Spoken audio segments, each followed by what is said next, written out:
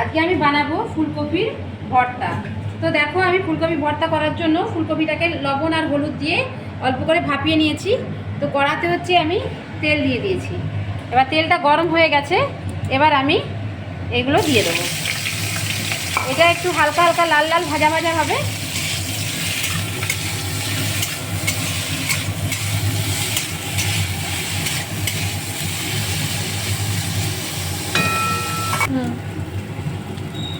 ফুলকপিগুলো ভাজা ভাজা হয়ে গেছে, এবার আমি ফুলকপিগুলো তুলে নেবো। দেখো,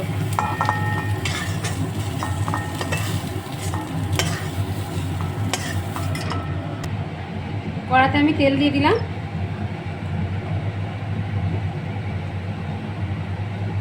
তেলটা গরম হয়ে আসলেই আমি দুটো লঙ্কা, শুকনো লঙ্কা ভেজে নেব।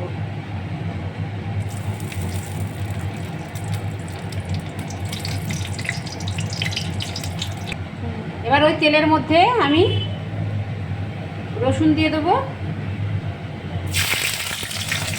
এবার ওর মধ্যে পেঁয়াজ কুচানোগুলো দিয়ে দিলাম, তার মধ্যে একটু কাঁচা লঙ্কা দিয়ে দিলাম।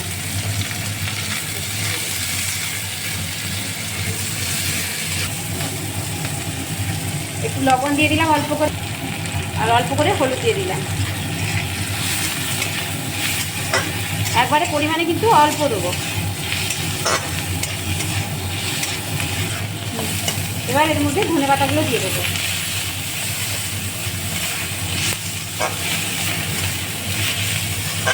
শীতকালে হচ্ছে ভর্তা জিনিসটা খেতে খুশি, কারণ সব কিছুই পাওয়া যায়। শিম পাওয়া যায়, তোমার ফুলকপি পাওয়া যায়, যে কোনো জিনিসের ভর্তা দারুণ লাগে খেতে। এখন তো সব সবজি কিন্তু সারা বছরই পাওয়া যায়, কিন্তু শীতকালে যে সবজিটা তার টেস্টটা একটু আলাদা হয়। আর যে সত্যিকারের কথা বলতে কি বলতো, মা কাকিমাদের কাছে এই সকল ভর্তাগুলো শেখা। তো আমাদের তখনকার দিনে কাকিমা মায়েরা এই সকল ভর্তা দারুণ করতো। তো সেই রেসিপিগুলোই আমরা একটু একটু করে আপনাদের সামনে তুলে ধরছি। তখনকার দিনে মা কাকিমারা করতো কি, সে কাঠের উনানে করতো। তো সেই কাঠের উনানে করা তার টেস্ট কিন্তু আলাদা হয়। আর তার থেকে সব থেকে বড়ো জিনিস হচ্ছে শিলে বাটা। শিলে বাটার যে জিনিসের যে টেস্টটা হয়, সেটা কিন্তু মিক্সিতে বাটলে কিন্তু সেই টেস্ট পাওয়া যায় না। তো আমি সেই জন্যই শিলে বাটবো।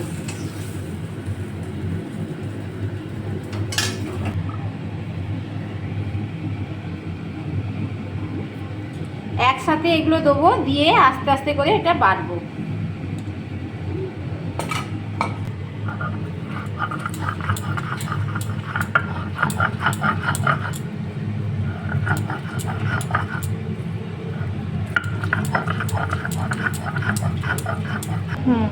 পুরো এটাকে আমি বেটে নিয়েছি একবারে। এবার হচ্ছে কড়াতে তেল দিয়ে দিয়েছি। আমি যে ফুলকপিটা ভেজেছিলাম আর তোমার রসুন টুসুন ভেজেছিলাম, সেই তেলটাতেই একটু তেল ছিল অল্প, আর হচ্ছে আর একটু তেল দিয়ে দিলাম। দিয়ে হচ্ছে আমি এবার তেলটা গরম হয়ে গেছে, কালো জিরেগুলো দিয়ে দিলাম।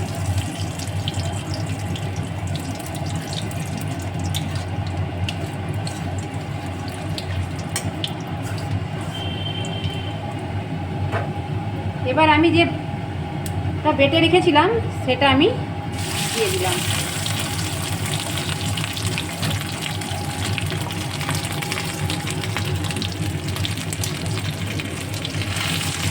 দিয়ে এবার ভালো করে এটাকে নাড়াচাড়া করতে হবে।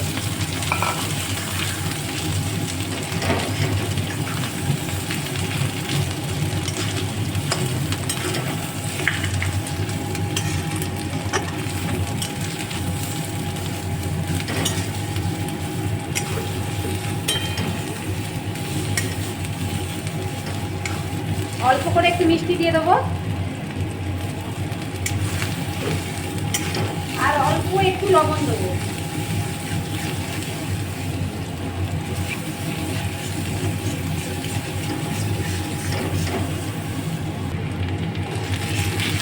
আমার ভর্তাটা পুরো কমপ্লিট হয়ে গেছে। দেখো, এবার আমি হচ্ছে গ্যাসটা বন্ধ করে দেবো। গ্যাসটা বন্ধ করলাম।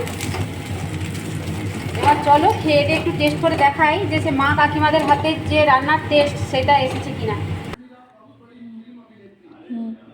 একটু কাঁচা তেল ছড়িয়ে এই গরম ভাতের সাথে এটা যখন খাবো, যা লাগবে না এটা। মাখিয়ে নিলাম। এবার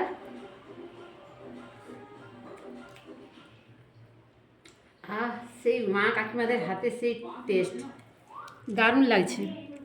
মা একটু খেয়ে দেখ তোর মায়ের হাতে রান্নাটা কেমন লাগছে। ভালো লাগছে লাগছে। না?